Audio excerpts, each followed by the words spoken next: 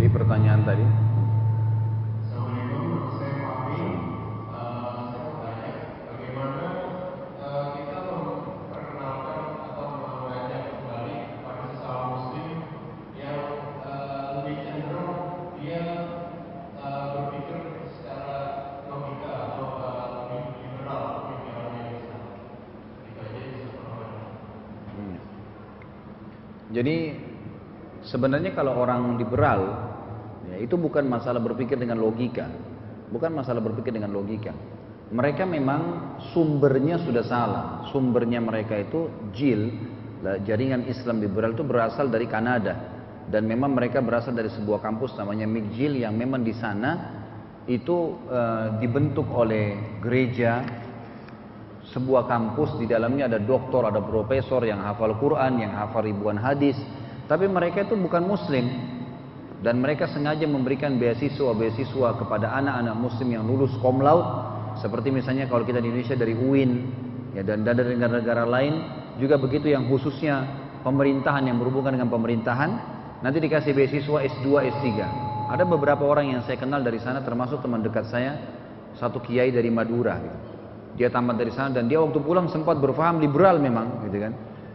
Jadi dia bilang di sana itu ada doktor, ada profesor yang hafal Al-Quran, hafal ribuan hadis, bahkan lebih hebat daripada kita sebenarnya kalau dari sisi pemahaman agama. Cuma mereka non muslim dan mereka sengaja mencari ayat-ayat yang bisa membuat umat Islam itu ragu dengan agamanya sendiri. Misal Injil kan selalu direvisi, ada revisi Injil di Vatikan. Mereka bilang Al-Quran ini kalau kalian tidak revisi, tidak akan sesuai dengan perkembangan kalian. Maka muncullah pemahaman Quran kalau tidak sesuai dengan akal pikiran manusia direvisi. Makanya orang-orang liberal di Indonesia pun bilang Quran saatnya direvisi, gitu kan. Termasuk mereka mengatakan haji itu kenapa harus di musim haji? Kenapa harus di bulan haji? Bisa haji di kapan saja. Loh, kok aneh ini? Allah bilang di musim haji dan ditentukan, dicontohkan oleh Nabi Muhammad SAW, disuruh revisi. Ya. Nanti lama-lama revisi, kalau gitu nggak usah ke Mekah jauh-jauh, buat Ka'bah aja di Jakarta, kok repot-repot, gitu kan. 9 jam terbang dan macam-macam, nanti akan begitu. Jadi ditolak, padahal sebenarnya asalnya agama diterima, gitu kan, diamalkan, dan kita bisa tahu nanti ada power, ada ya energi yang kita bisa rasakan dari ibadah yang kita kerjakan tuh. Kita rasakan ada kehusyuan, ada ketenangan hati, ada keyakinan, yang itu, ada harapan.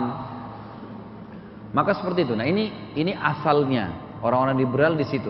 Kemudian dikatakan kenapa laki-laki yang menceraikan, kenapa perempuan tidak, kenapa perempuan harus pakai jilbab, kenapa ada poligami, kenapa ada begini, kenapa ada begitu, beragam macam ya masalah hukum Allah diobak-abik ini, dan banyak umat Islam yang tidak paham terpengaruh. Jadi mereka bukan masalah akal sebenarnya, tapi mereka tertipu dengan orang-orang yang memang membenci Islam, gitu ya. Kalau secara akal sebenarnya mudah. Kalau secara akal mudah saja. Ada seseorang datang kepada gurunya sambil berkata begini, saya mau bertanya 3 hal. Bisa dimatikan dan? Ya. Yang pertama, saya mau tahu atau bagaimana saya memunculkan keyakinan saya tentang Allah sementara Allah tidak kelihatan. Sementara Allah tidak kelihatan. Tolong tunjukkan kepada saya, kata si anak ini, tolong tunjukkan kepada saya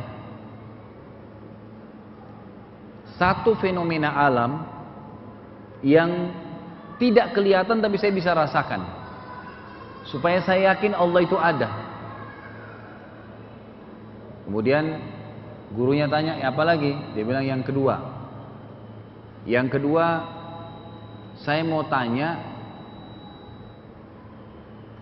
iblis itu diciptakan dari api. Dan disebutkan dalam Al-Quran, iblis juga akan masuk ke neraka. Neraka dari api. Benarkah itu? Iya benar. Baik, kalau iblis dari api, kalau iblis itu dari api dan akan disiksa di api, dia rasa apa? Yang kedua. Yang ketiga dia bilang, pertanyaan saya, dalam Islam ada satu kalimat yang gampang, simple. kalau diucapkan maka sudah tidak bisa dibantah. Itulah takdir. Ada tadi satu dikatakan itu takdirnya, udah nggak bisa dibantah. Apa sih takdir itu? Lalu tiba-tiba gurunya berdiri dan menampar si murid ini. Waktu ditampar, kata muridnya, kenapa engkau tampar aku? Apa masalahnya? Apa salahku? Gitu kan. Lalu kata gurunya, tamparan saya jawaban atas 3 perkataanmu. Pertanyaanmu tadi. Kalau yang pertama, muridnya bilang coba jelaskan kepada saya supaya saya paham. Dia bilang yang pertama kamu mengatakan tadi, tolong tunjukkan kepada saya fenomena alam yang bisa saya rasakan tapi saya tidak bisa lihat, supaya saya yakin Allah itu ada. Kata gurunya, waktu saya tampar tadi kamu rasa apa? Dia bilang saya rasa sakit. Kata gurunya, kamu bisa rasa itu sakit? Dia bilang iya. Kamu bisa lihat? Dia bilang tidak. Kata gurunya, begitulah Allah. Allah bisa dirasa keberadaannya, tidak ada Tuhan selain dia. Yang itu. Kemudian yang kedua, masalah syaitan. Iblis diciptakan dari api, disihir neraka, apa yang dia rasakan?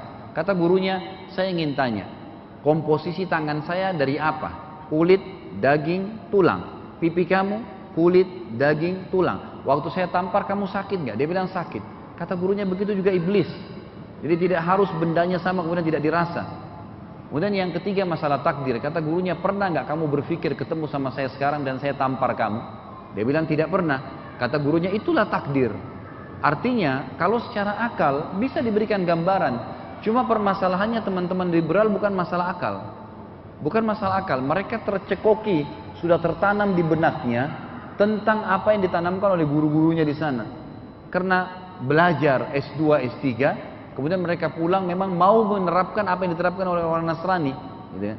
Mengatakan agama itu sama, boleh ninggal lintas agama, semuanya bisa masuk surga dan seterusnya, gitu kan. Jadi mereka memang mau mengubah itu. Kalau masalah akal itu gampang, bisa diterangkan, dan akal itu kalau masih dalam koridor sehatnya akan gampang sebenarnya. Saya akan jawab antum dengan sederhana begini. Kalau ada orang yang pemahamannya seperti ini, jelaskan apa adanya, apa yang antum ketahui, sambil berdoa kepada Allah Subhanahu wa taala agar diberikan hidayah. Selebihnya sudah bukan tugas kita, gitu kan? Kalau kita menjelaskan sesuatu kepada seseorang, lalu kemudian dia kita temukan hanya tahu berdebat, hanya tahu menyalahkan, hanya tahu menolak, tinggalkan saja. Kita nggak mungkin berhabis-habis waktu di situ. Allah Tuhan alam semesta, dan tujuan kita mempelajari kitab ini masih baru pasal pertama. Beberapa pasal ke depan agar Bapak Ibu punya alasan dan hujjah, punya nanti jawaban kalau ditanya Allah itu di mana, kenapa Allah tidak kelihatan, apa bukti-buktinya kalau Allah itu ada. Jadi nanti semua akan memberikan jawaban, gitu kan?